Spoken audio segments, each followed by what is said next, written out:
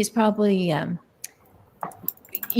has phone in one hand or texting and then click, and he goes over here. So just before we went live, Elisa said, "Hey, we're not very far apart if you're in Texas," because she's in Oklahoma, and I know that down in the southern end, high winds.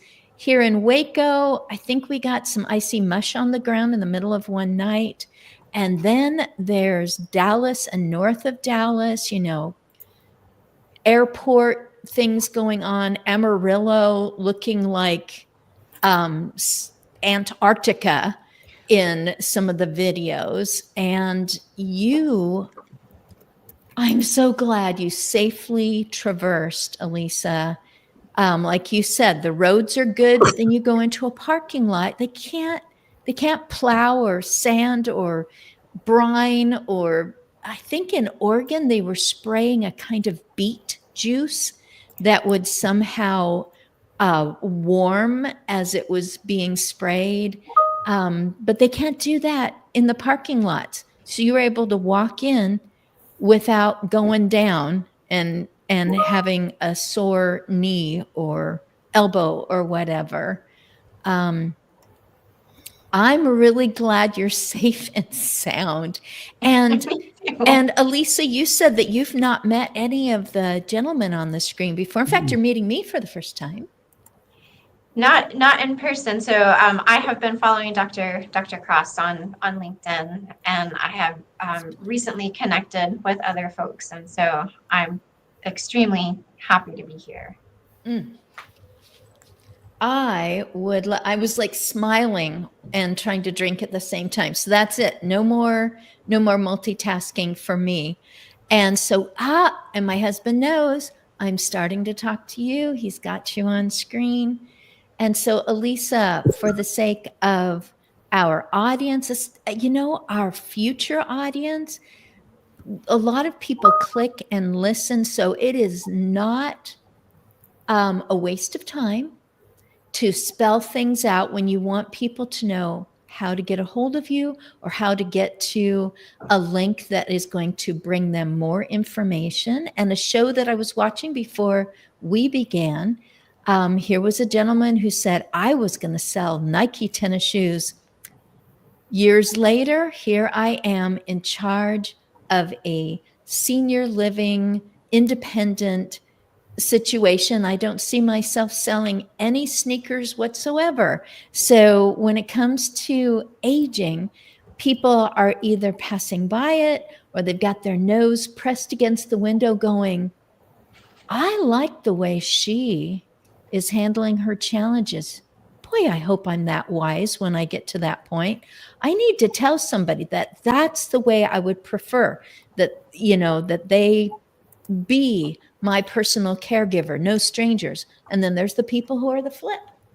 I would love to have someone that I don't know to work alongside me and get me ready for the day so that I can spend the rest of the day with people that I do know. And I've heard both strong preferences, and I'm just so glad that I get to host people like you who say we deal with this all the time.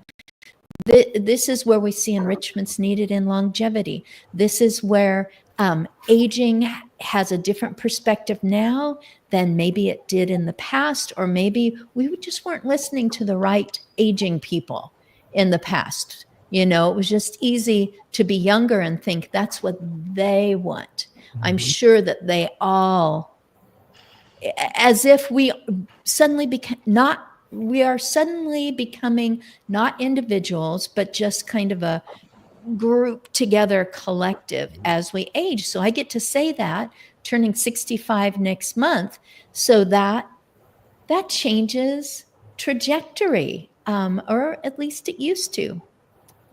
So I'm really glad to just talk with people who have all sorts of long-term care involvements. And so, Elisa, I would love for you to introduce yourself to our audience live today, to those who will be listening in the future, and to these three gentlemen, Israel, Barry, and Christopher. All right. Hello, everybody. Elisa West Cahill. I'm a licensed social worker with an administration and community practice specialty. So there aren't a whole lot of us with with that specialty. Most of us are licensed clinical social workers.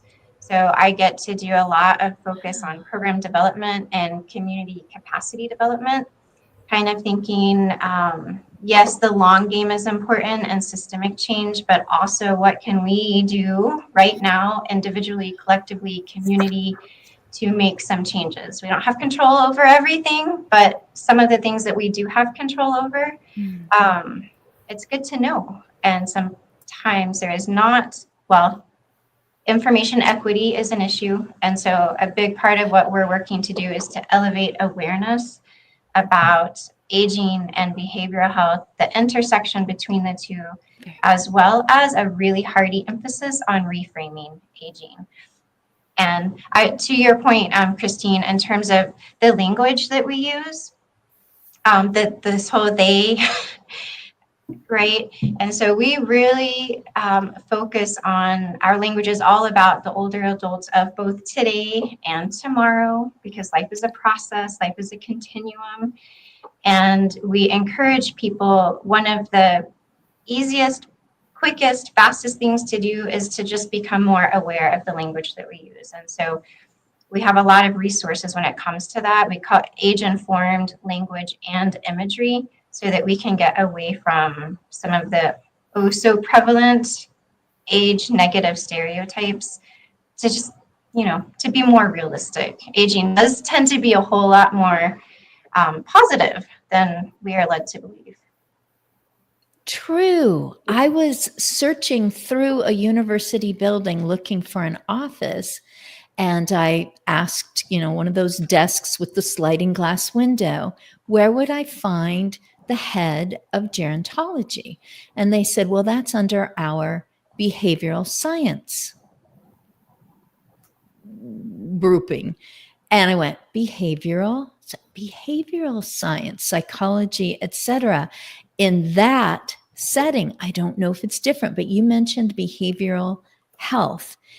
And you, Elisa, just came off an amazing weekend, which again, I'm really glad that you were able to attend and that you had safety in icy weather. And I would say that you were gushing on your post.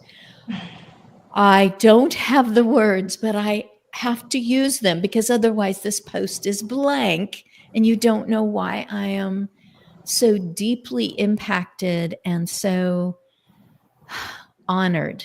So could you talk about that just a bit? Because maybe these gentlemen haven't been able to keep up right to the moment. I don't know. Sure. Well, and let me, so just quickly, why I was at this event, it was a vet chat, and well, in Midwest City, a city in Oklahoma.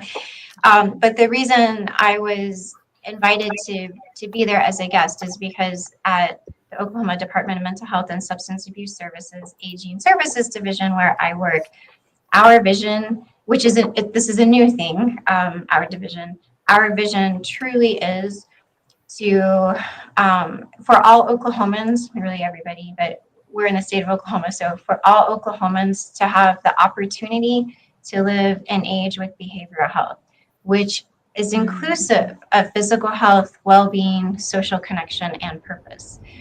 And Christine, I was, so this weekend, the vet chat, I grew up in a military family. And so just getting to be there and to kind of merge that part of my life with who I am now as a professional social worker. I mean, it was amazing because the key messages this weekend, we're talking about both possibility. There does tend to be so much more possibility when it comes to aging than we have been led to believe. And truly, Oops. For just a moment, your voice cut out. Elisa, try speaking again. Not now. Now? Yes, I can hear you. Okay. So the 13 messages, one of them was possibility. There tends to be so much more possibility around aging than we've been led to believe, and how we think and feel about aging. Research shows, Dr. Becca Levy and colleagues, decades, research has been showing it can truly have an impact on an array of our outcomes: cognitive, physical health, behavioral health, and also our lifespan. So both how long we get to live and how well we get to live, however that may look for each one of us. And so that the possibility was one key piece, as well as the message that two of the people who are leading this group really want to convey, which is that there are people who care. There are people out there who care. And so that goes back to one of our other resources that we try to raise awareness about, which is the 3-digit number 988, that all of us at any age and stage can call if we are having, if we are in crisis and having suicidal thoughts, or if we're witnessing that. If there's imminent danger, still 911. But if we're thinking about this, 988. But also for all of those other aspects of life, right? Life, we know, can be wonderful and magical, but it can also be excruciating and devastating. And just sometimes bad days. And so 988 really is a 3-digit, like 911, where we can call and say, do you have 20 minutes? I had a really bad day, or I have a doctor's appointment in a couple weeks and we're going to go over my lab work and I'm scared. Can I talk to you? And so it was the merging of both the military as I was growing up, and then what I get to do now and I'm still just, yeah, so very happy to be here and very happy to be there this weekend at Vet Chat. Personally significant. Before I go to someone who's been on the screen for a few minutes, hello, Rhonda in Oregon. I want to hear your voice. Hello, and finally I'm on.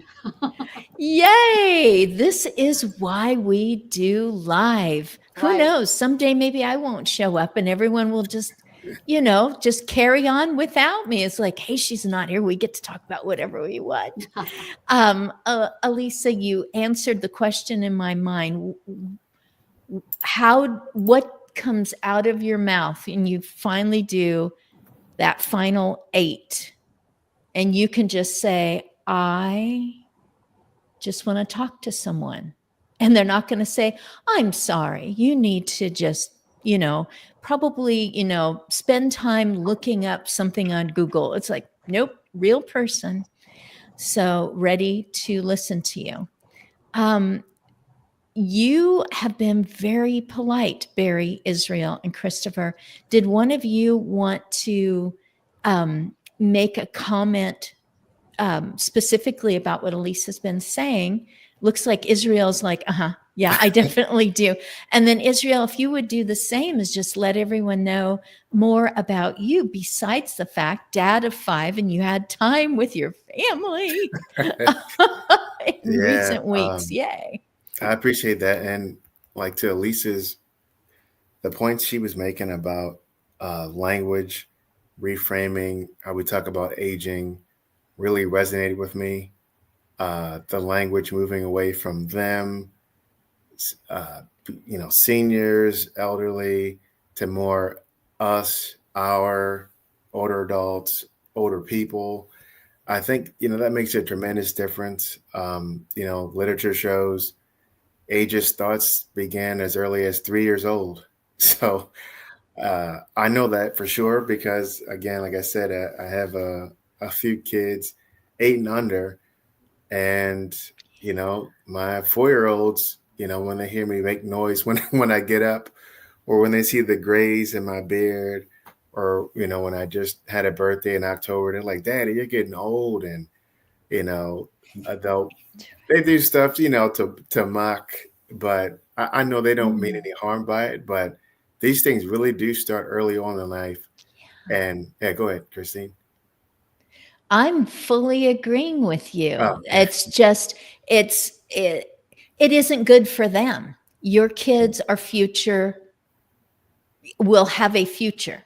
Right. And for them to not start thinking, wow, I shouldn't be sounding old. I shouldn't be. It's like, Right. who even put that together, you know, Right. of this sounds old and you shouldn't sound that way? You know, go ahead. Yeah, I agree. And I think it just takes, people like us sitting here talking amongst each other, chipping away at these things wherever we are. And it's that slow drip of water. Eventually, it's starting to make its way into hopefully, more federal government activities. I already know it is. I looked at ACL's National Strategic Plan for Aging, and it does include these language changes. So one of my hats, besides being a dad of 5 out here in Maryland, go Ravens, by the way, is I'm the president of the National Aging in Place Council. Again, like I feel like I'm just borrowing Elisa's words. It's about bringing generations together. It isn't about 65 and older, this curtain that drops. All of a sudden you're eligible and all of a sudden you're old. It's not that. It's how do we support people that decide to make aging in place decisions, including their caregivers, their family members, friends. It's an us thing. And I think the sooner that we recognize it's an us thing, the more progress we'll make. And an update is we're coming out with another book this year. We have 2 already out there on Amazon. It's about aging in place conversations. This isn't really something that a lot of people think about, despite the overwhelming majority of people in America that want to age in place, but they don't have those conversations. So I think I'll stop there. Happy to be here, and I'm looking forward to hearing from everyone else you have. Did you say you're the president? And did you used to be the interim president? Oh man, you really caught me on the details. So yeah, I would like to say that I am the president. Yes, I am enjoying this role. I'm looking forward to taking us to higher heights, and we got a lot of exciting things coming up this year, including our first in-person conference in about 10 years on April 26th. It's called the Age of Innovation Conference, and we got over 70 industry types in our council. So yeah, I'm like to say that was a temporary title. Wow. Yeah. The first of its kind since 10 years ago? Yeah, we haven't met in person in 10 years. Met in person. Yeah. Oh my. Our last one got derailed by what was that hurricane? Walter or something? I don't know. They do have Can't names. keep up. I always go back to Katrina. Yeah. I don't know why that one really sticks. I don't know. Hey, Christopher, are you okay? So Sure. Oklahoma, Elisa, Baltimore Ravens, Right. for Israel. I have moved from Oregon, where Right. Rhonda is, to Texas. Right. I honestly can't recall where you are. That's okay. I am in the great city of Atlanta, Georgia. So I am in the South. I can't, and unfortunately, not go Falcons this year. But I am a Ravens fan as well too. So go Ravens. Absolutely. So I'm excited to be a part of this conversation as well too. And my background is really from a technology perspective. I've had the opportunity to serve as a CIO for a large healthcare system here in Atlanta, and for multiple healthcare systems across the country, including a PACE organization out of California as well too. So I've had the opportunity to work specifically with entities that were focused on managing seniors as well. And as you look at what's happening with the silver economy, because it is an economy, when you think about every day 10,000 people are turning 65 for the next 2 decades plus, and by 2050, 1/4 of the world's population will be over 65 years of age. This demographic is going to have a profound impact on every economy across the globe.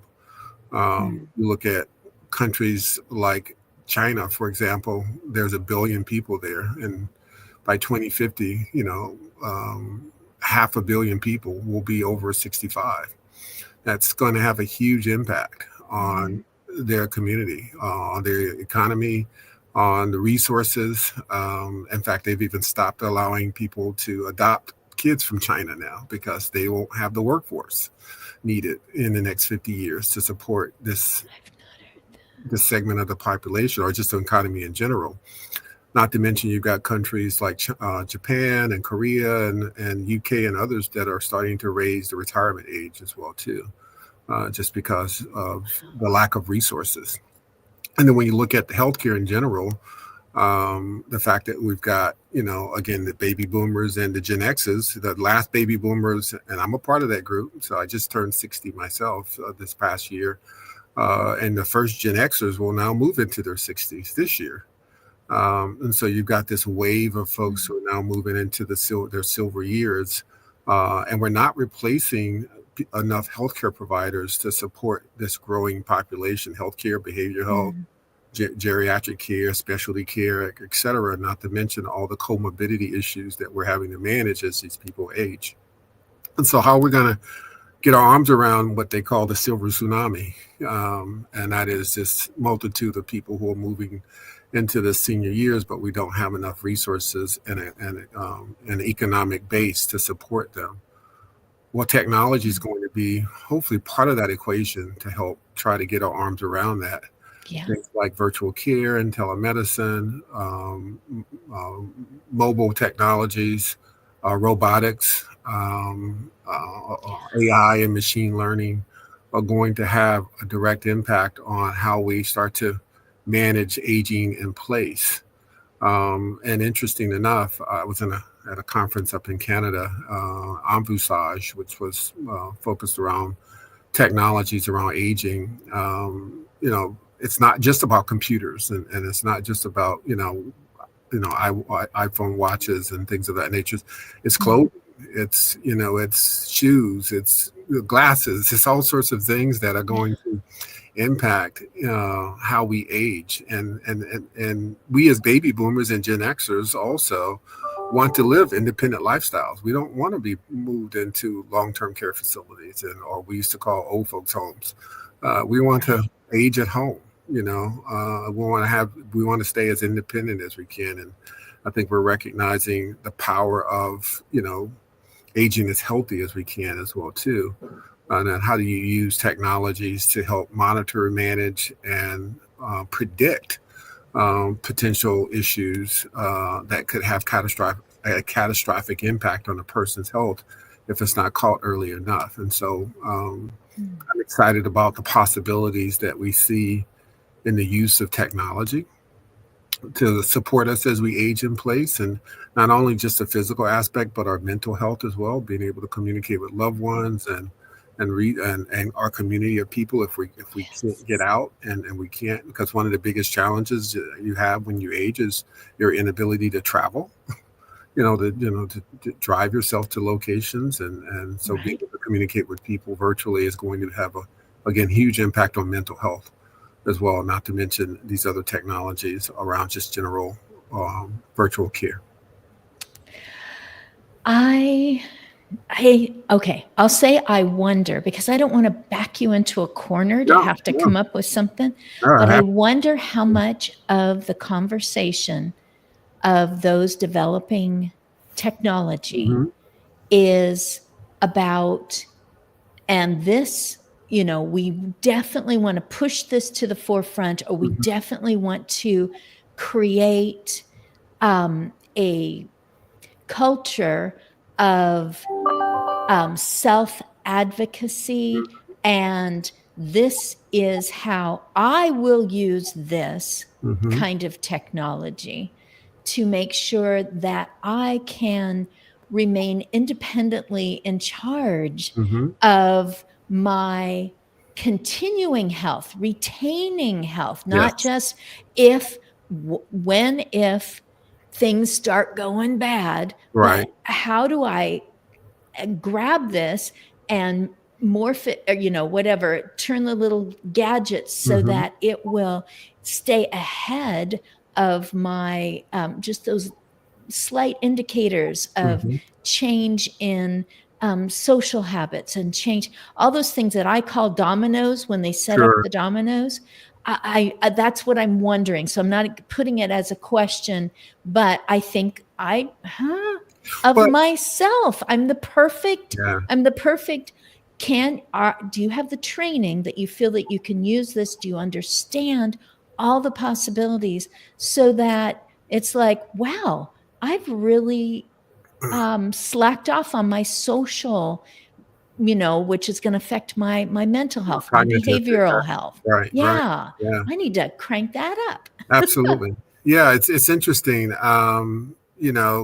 Technology, IT is the way I position it, is really the next utility, right? When you think about any business, any entity, it's almost impossible to run one without electricity. It's almost impossible to run most businesses without plumbing and water.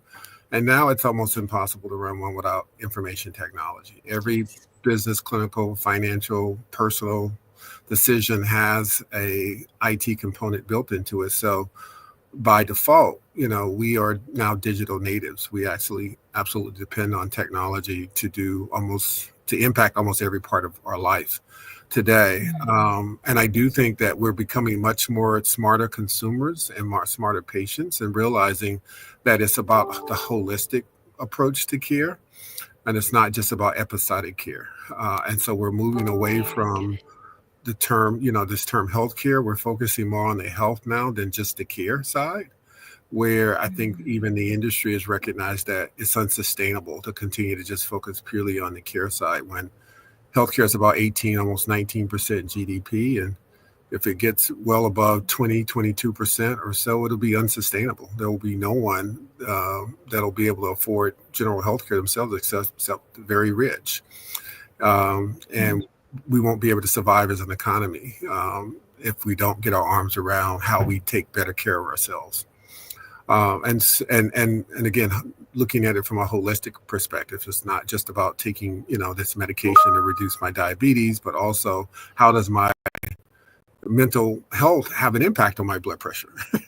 Am I stressing out about things at home, whether it's trying to pay the bills or sandwich generation, dealing with the older parents and the younger kids and all of that. And so I do think we're becoming much more informed consumers and recognizing that we have to treat the whole of the body. And that includes not only just the physical component, but the mental and spiritual components that directly impact our overall health as well, too. And the beauty about what I'm seeing happening in this silver economy is that it's not just the young people developing the technologies. Again, these conferences that I've recently attended, you've got people my age, seniors and older, who are building technology specifically for their communities as well. I met a gentleman, for example, that designed a game that was focused around dementia and how that game could help improve mental acuity. He was in his mid-60s, and another man who was dealing with dementia, and he was a part of a test pilot program as well too. So we're not just allowing the younger generations to create these technologies and solutions for us. We're actively involved in that process, and I think that's what's exciting about it. It takes a village to move these things forward. I'm sorry, I don't want to dominate all the conversation either, but. Well, I'll just say Roger Anunsen, Anunsen, Roger Anunsen. You might want to peek in on him too, because I like to say that he was asked to speak at the Smithsonian several decades back and then was asked to come again because he was seeing things. I better not dominate either. He was seeing things and putting words around it that someone went, okay, that's new. You're talking about brain health instead of what are we going to do when it's episodic. And he's been on my show a number of times too, but just peeking in on him because I'm thinking maybe 5 years beyond my age at this point. Right. So he's got all of this. I mean, talk about perspective. Talk about that he's, his own experiences through the decades. So there's a recommendation.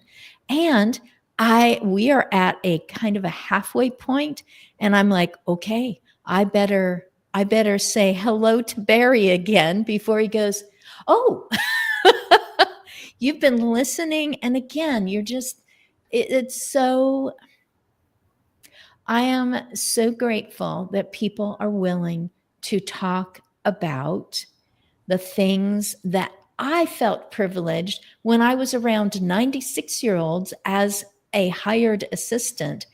And I learned so much from them. And I thought, this shouldn't just go away. This shouldn't just be packed in my brain. I was always enriched. I was always better informed. It's like, how can I do this for others? And you folks are the ones making that possible. So Barry, you wrote a book, and you might have done something else too.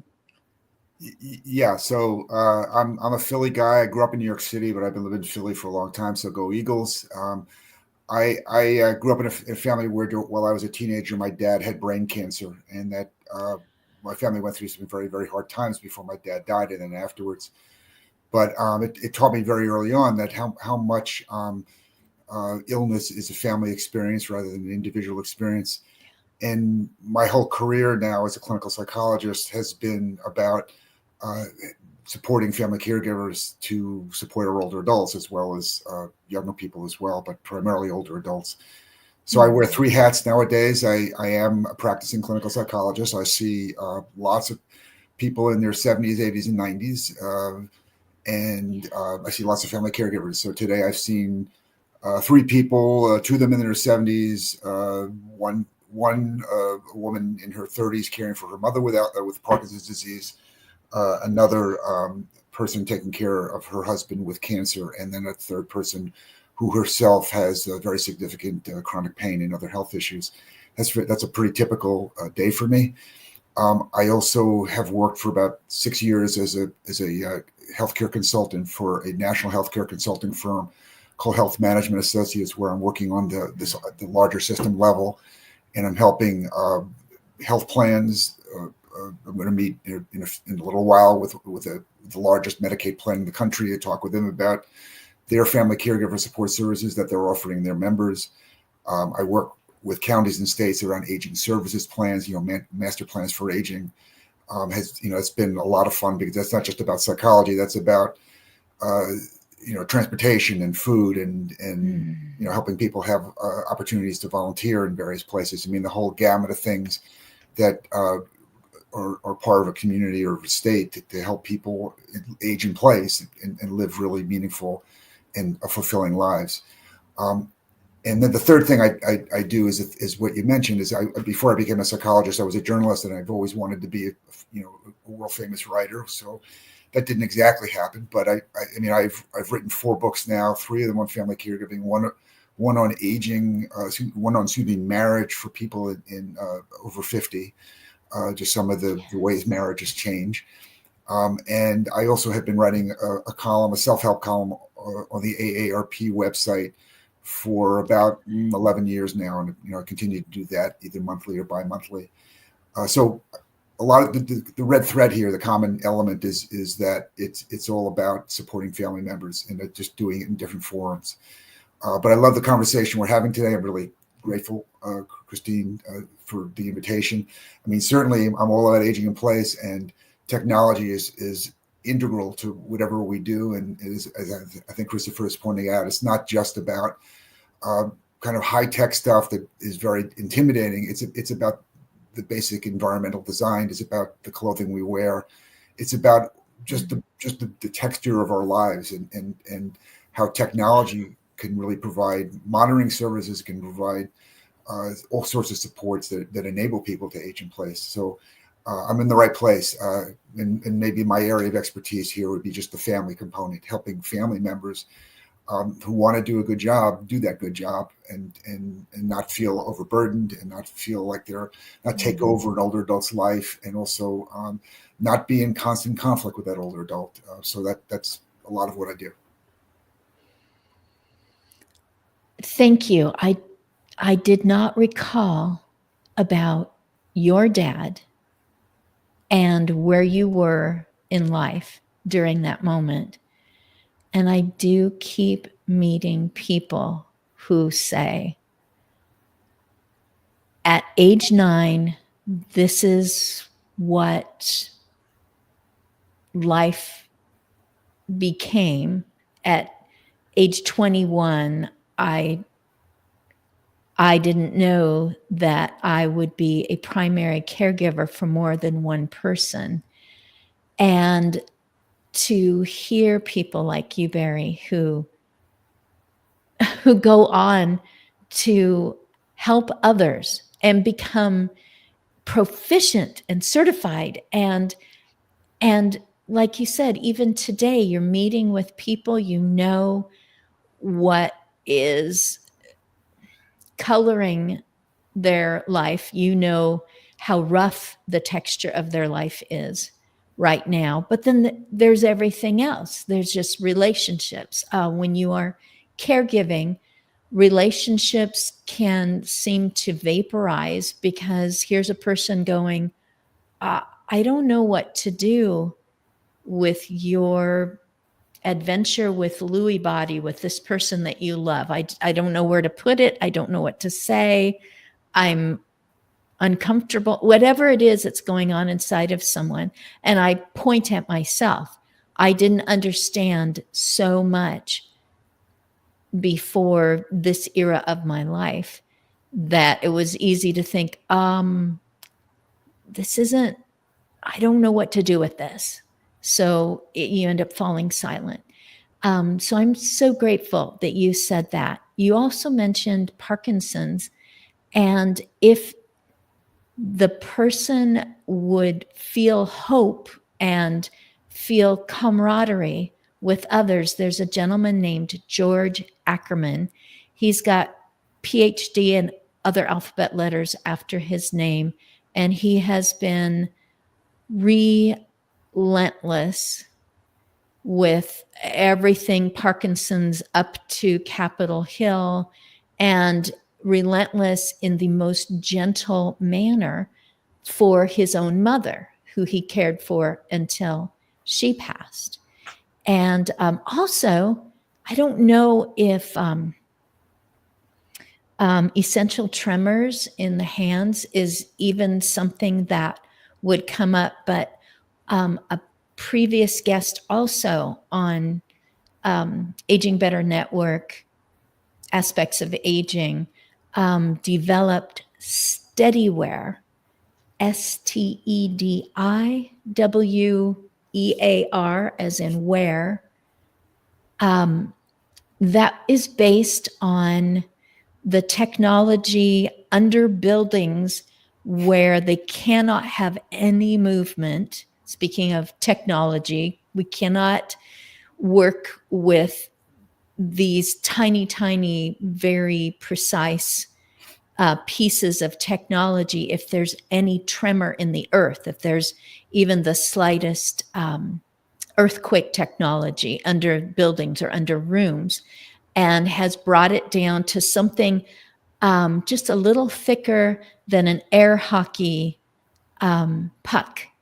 And it's something that's placed on the hand. And I'm just putting those two out because I hear something and I think, oh, I know about that. And I actually can direct you to those possibilities. So I wanted to make sure that I brought those forward. And there's so much more that I want to hear from you as well. Rhonda, I'm just looking at you right now. You look like you're at work. I am.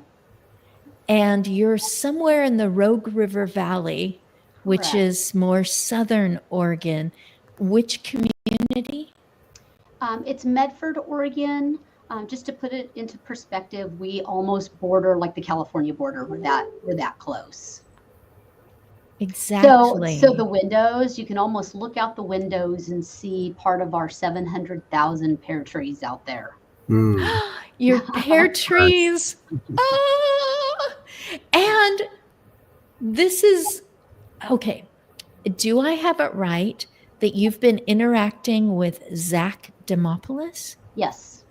Okay, and someone I haven't met on my screen, Esquire, Archer, that they have combined.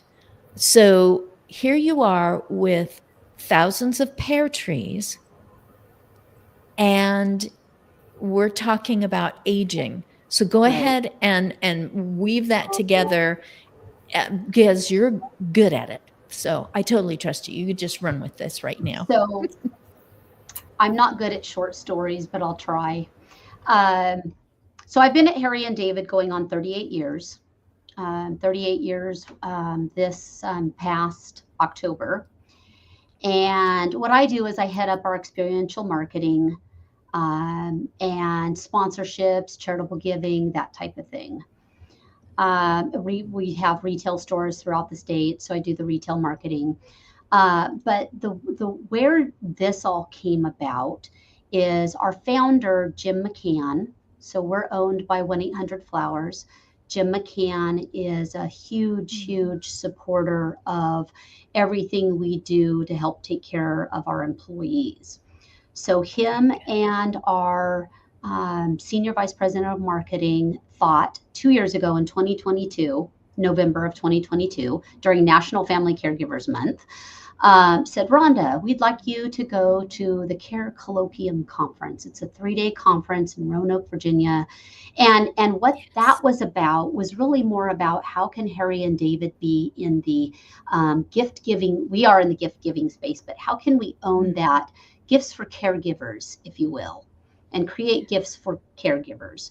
So I went to this conference, 3-day conference. I immersed myself in everything 3-day. And these were folks, and some of you, so this is, not my expertise. I am not the professional in the care economy space, but I've learned a great deal, let me tell you.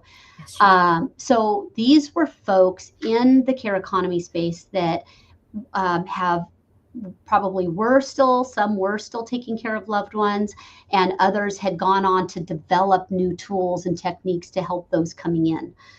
So I met quite a few people, and and Zach, I met Zach there. I still have 76 contacts that I still work with. But immersing myself in everything, I came home, I wrote a 9-page recap. And the very first thing I said is we need to practice what we're preaching internally first. And what that meant was, how many employees do we actually have in the workforce that are working full time and going home and taking care of a loved one and no one even knows about it? How do we support those folks? And we're talking, we have upwards of like 36 plus, depending on the season, 1,000 employees across all of our brands nationwide. Harry and David is the largest brand out of all of them. So even Harry and David compared to all the rest, we're still the biggest one. So we have the biggest workforce here, but we're still out, spaced throughout the United States. So how do we do that, A? And how do we approach those employees if they don't even really define themselves as a caregiver? I mean, caregivers themselves don't even define as a caregiver. So that was a big takeaway. I met Debbie Howard. I don't know if any of you have met Debbie Howard. Okay, so her and I are like this now for the past 3 years. We've done a lot of things together. I love her dearly. I had her come in and train about 17 of our HR professionals across the enterprise on specifically looking at what HR resources we have and what can we, not to rewrite the will, but what can we do to define those a little bit further that would help those employees and give them an opportunity for resources. So we did a lot of that. And so that was in 2022. 2023, I created, I'm sure everyone has heard about employee resource groups. We have 4 of them already that we use. I mean, they're great platforms. We don't use them for recruiting tools. We really use them internally. They're great. And so this one I created, it's called Caregivers and Allies Responding with Empathy. So CARE for short. And it started out with, here's our CARE, ERG for short. All of our resources will be included in that CARE ERG. But again, how do we approach our employees to get them to understand, oh, that's me? So we had, with Jim McCann's support, him and I did, in that November, we did a town hall. We do a town hall across all of our enterprise, and we kicked it off then. And then we really talked about personal experiences. So who knew this would even happen? But I was one of those hidden employees that, so 2 years ago, I was doing, care for my dad. My dad lived 21 miles out. He had renal kidney failure, and he was just kind of going down, and, it was over multiple, months. He was starting to get worse, but I would drive out. So we live in Medford. That's 21 miles out in the country. I would drive out, pick him up, bring him in for his dialysis, take him back out, come back in. And then during the other 2 days that he came in, then just reaching out and having some relatives try to bring him in. But then my mother, then that started with my mother. So then my parents were separated. So I was trying to do care for my mother. And as an employee, you don't talk about it in the workforce. You do it because you love your loved ones and you want to help them. And you do what you can to go back to work and make up whatever you missed. So that was my life. And then when that happened with the CARE ERG, I had so much to share. It's like, who knew I would be the one doing this? So I also have 2 leads, and we have multiple people across the brands that help support as well. But this, the approach then to our employees is just conversation.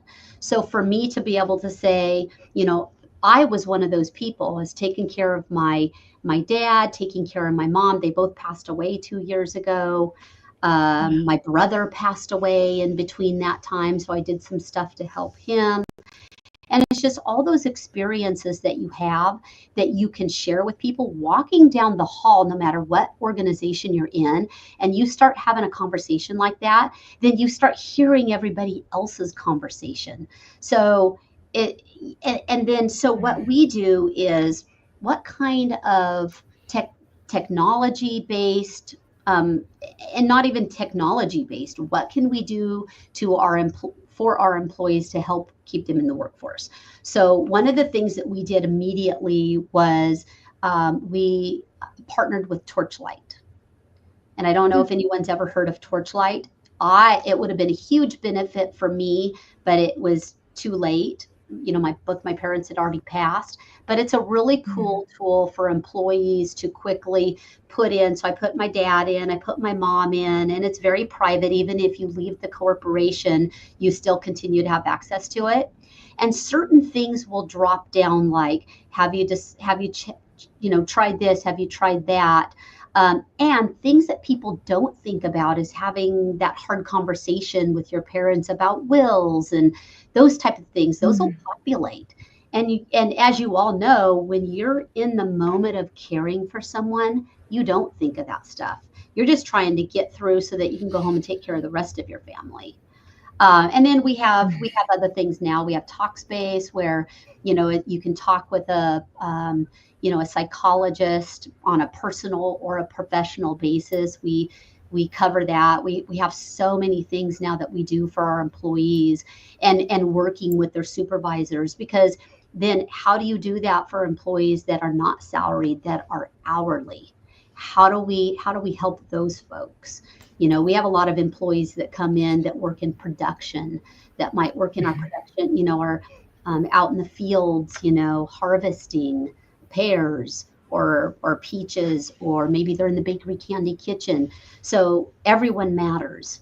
And so we've developed so many new systems and have things in place where we can help people, and it's amazing. And like little things like, and since we've done that, we have speakers come on. So I've used quite a few of the speakers from the CARE Colloquium conference. Of course, Debbie and Zach and so many others. And then other people, other platforms like United Way. There's United Ways across the whole United States. People don't realize the breadth of information that they have to help, at least, send you to someone that can help and support you. Oh, Torchlight, is that local or is that national? It's national. It's a national. Great. So it's a tool that anyone can put their fingers on if they know that it exists. So you were sent 1-800-Flowers, Harry and David. You were sent to the colloquium thinking gifting, and we do have encouragement for caregivers. And you came back going, I have empathy for what it's like to try to do both. People ask you, what do you do? And it's like, right now, I get dad to dialysis. But I think what you want to know is, how do I run my office at Harry and David? And you understand, you have empathy for the person who's just split, and you can say you're safe. It's okay to say, I have two things pulling on me, and we have resources. Employment Resource Group. I mean, there's so many things that you have changed, and the leadership that you answer to has said, yes, you're right. Oh my goodness, let's do it. Yeah, Jim McCann, going back to him, he has a podcast called Celebrations Chatter. And so we've had a lot of podcasts, him and I, with others, such as Zach and Debbie and other folks. So if you go out and look at Celebrations Chatter, you can find it on Apple Podcasts, Spotify, YouTube, or his Celebrations Chatter website. But it does matter. And it starts with leadership, right? It starts with leadership. Leadership has to embrace it and be involved, so that as it trickles down, people know that they have support. This is a really good time for me to say it to all 5 of you. Besides thank you, besides an hour is never enough, to make sure that people know how they could access the information that you've given today, or how they can get to you, because this person might be driving and doing very well at not looking at their devices, and they're hearing these things and they're like, I'm in leadership. How do I get on board? Who do I go to understand how to even start saying to people, is this taking part of your day? And you love them, so of course you're going to do it. But do you feel like you can't talk about it at work? Whatever it is. So I'm going to start with Rhonda and go around up to Israel, Elisa, Christopher, and Barry, and give you each a chance to actually speak out loud what is available on the screen. So, and it's only because of time. I want to know more, and I want you all to be able to talk with each other. Rhonda, go right ahead. Yeah, so information for our actual CARE ERG is internal only, so we don't share that externally. But we do have a full-on now dedicated page for gifts for caregivers. And we do offer 15% off if you use the discount CARE. And that's just for loved ones, for anyone that wants to use it. But I think the biggest thing, the overarching thing that I would like to share is, talk to your leadership team, let them know how important this is if they don't already.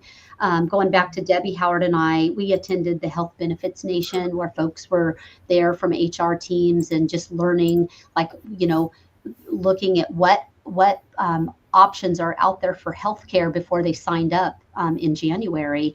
And one of the things that I was pushing was have something for your caregivers, whatever that is. Start that conversation now. And it starts with leadership, because when leadership, when they're on board, then it just makes it easier for all the employees to come and say, I have to take my parent to a 15-minute appointment, and a 15-minute appointment turns out to be 2 hours. So it's worth it. And I know here internally and across our brands, it's made a huge difference. And here we are going on 3 years of it now, and it's been great. We just continue to build it.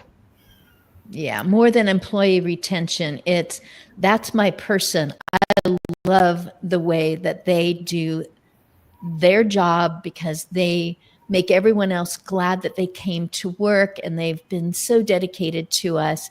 Wow, now we get to turn that around and show our dedication to that individual who processes the pears or is in the candy room. Oh my goodness, I've got to stop there someday. Yeah. I was just going to say, it really goes back to, and I think we can all agree, it all goes back to Rosalind Carter's quote, and I'll just read it verbatim. There are only 4 kinds of people in the world: those who have been caregivers, those who are currently caregivers, those who will be caregivers, and those who will need caregivers. Wonderful. Israel, your turn. Yeah. Yep. You can find us on nationalaginginplace.org. NAIPC is what we go by. You could also type in NAIPC on LinkedIn. And if you need to reach me directly, you can type in Israel, ISRAEL, at aginplace.org. At aginplace.org. Yep. Wonderful. Elisa, how about you?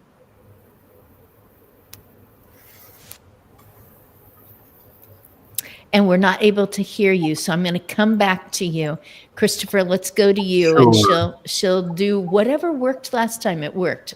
Sounds good. It's real simple. You can reach us via our website, which is IOTech consulting.com. I'm also available on LinkedIn, Christopher Cunny. You can find me there. And then actually, I host a podcast as well, too. It's called Straight Outta Health IT. I'd love to have all of you on at some point to talk about your specific topics. It's not just about IT. It's about all the things we've been covering as well, too. Would love to have you on as guest as well. And you can reach me at christopher.cunny@iotechconsulting.com. I do have to apologize. I have a hard stop. I've got to facilitate another meeting, so I'm going to have to drop. Absolutely. And I'm going to repeat that again. Straight out of health. Thank you, Chris. Health. HEALTH. Absolutely. Just a little more ghetto than that, though. It's straight outta. Outa. Health IT. Yes. Have a great next meeting. Thank you so much. Take care. And Bye-bye. Bear, you may have a hard stop coming up too, because you are there for the most important reason, and that is the person who is walking into your office. Yeah, I do have a hard stop, but I'll be fast. My book website is love and meaning, all one word.com.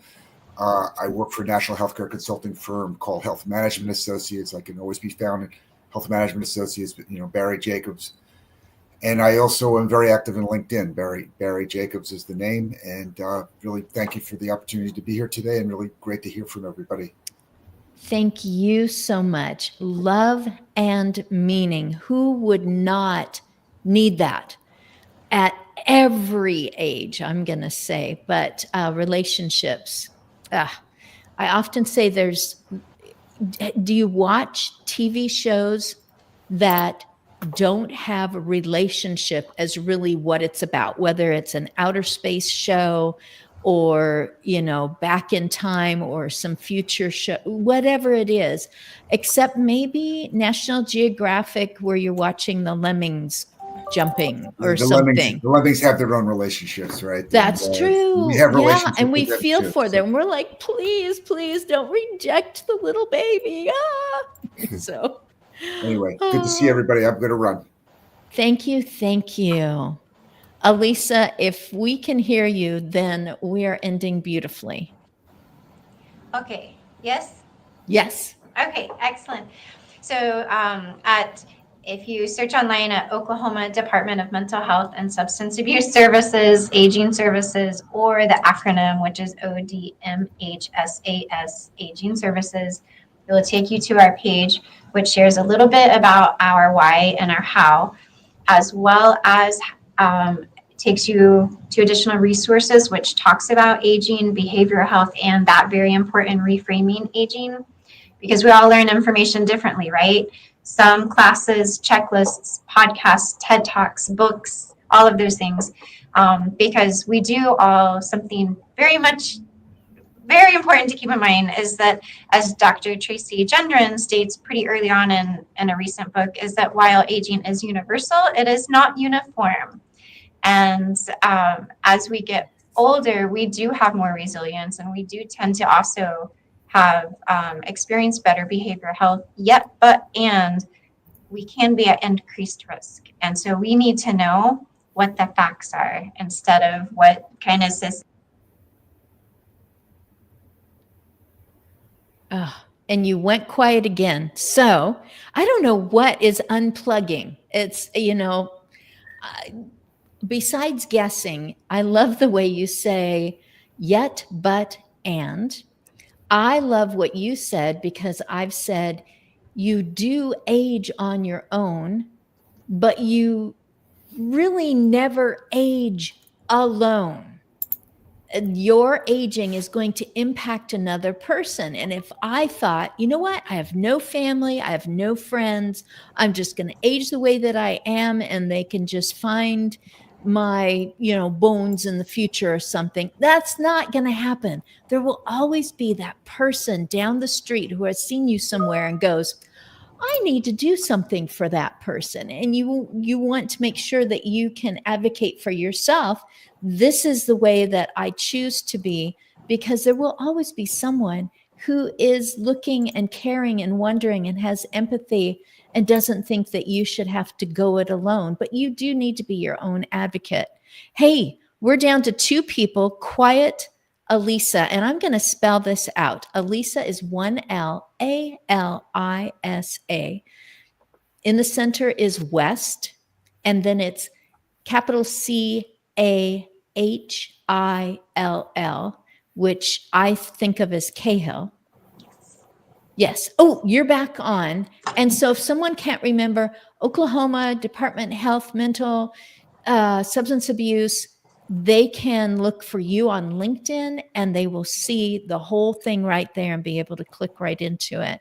So, and Rhonda had to go too, because she's got another thing that she's doing right and wonderful in her world. And Christine, if I may, I know we're almost out of time, but just as one example of one of those myths that that we're working so hard to dispel, that the webpage has all of this information along with those links and the podcasts and such. For example, just one of the many, depression is not a normal part of any age. And so there are resources, supports, treatments, 988. There are people out there who care. All right. Big red circle and a red slash through it when someone says, well, at your age, you just have to expect that, sadness is just going to weigh more heavily, especially as you go on living. But at your age, that probably won't be long. Big red circle, big red slash. If you're experiencing depression, the number of birthday candles is not part of the equation. So, Thank yay. And of course, Dr. Cross had to go too. Sure, we're over time.